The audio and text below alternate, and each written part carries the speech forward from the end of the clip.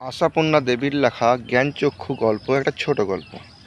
এখানে এক কথায় বিষয়বস্তু হলো, একটি বালক নিজের কল্পনা জগতের মধ্যে বিচরণ করে লেখক হওয়ার স্বপ্ন দেখে, কিন্তু লেখক সম্পর্কে তার কোনো বাস্তব জ্ঞান ছিল না।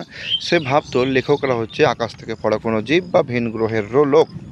কিন্তু তার নতুন মেসোকে দেখে তার জ্ঞানচক্ষু খুলে যায়, দেখে যে এ তো সাধারণ মানুষ, পার্থক্য কেবল প্রতিভার, বাবা কাকাদের মতোই মানুষ।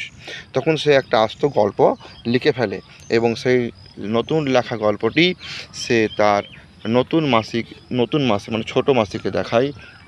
ছোটো মাসি সেই গল্পটি নিয়ে চলে যায় সরাসরি তার ছোটো মেসোর কাছে।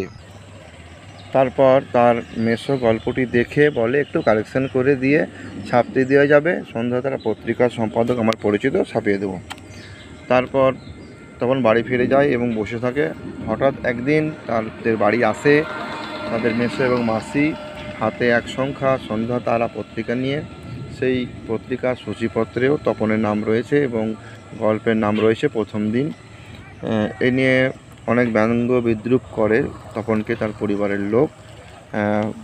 লেখক মেসো গল্পটি কারেকশন করে দিয়েছে। এই কারেকশনের কথাটি উচ্চারণ করতেই সেটা ভাইরাল হয়ে যায়। তপন আহ্লাদ খুঁজে পায় না। শেষে মায়ের কথাতে গল্পটি পড়তে শুরু করে। তপন পড়তে গিয়ে হোঁচট খায় এবং অবাক হয়ে যায় যে মেসো কারেকশনের নামে পুরো গল্পটাই বদলে দিয়েছে।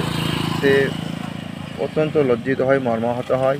তারপরে পড়া শেষ হলে সে উঠে চলে যায় এবং কাঁদতে শুরু করে এবং সে প্রতিজ্ঞাবদ্ধ হয় যে এরপর যদি আমি কোনো গল্প ছাপতে দিই তো নিজের পত্রিকার অফিসে গিয়ে দিয়ে আসবো, তাতে আমার গল্প ছাপা হোক আর না হোক। এই গভীর সংকল্প গ্রহণ করে।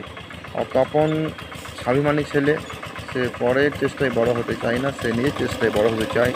তার আবার জ্ঞানচক্ষু খুলল যে নিজের চেষ্টাতে যেটা অর্জন করা যায় সেটাই শ্রেষ্ঠ অর্জন, নাহলে অপরের চেষ্টায়, অপরের সাহায্য সহযোগিতায় কোনো কিছু করলে তার জন্য সম্মান কিছু বয়ে আনে না, অসম্মানই হয়, যেটা আজকে তখন হাড়ে হাড়ে বুঝতে পারলো।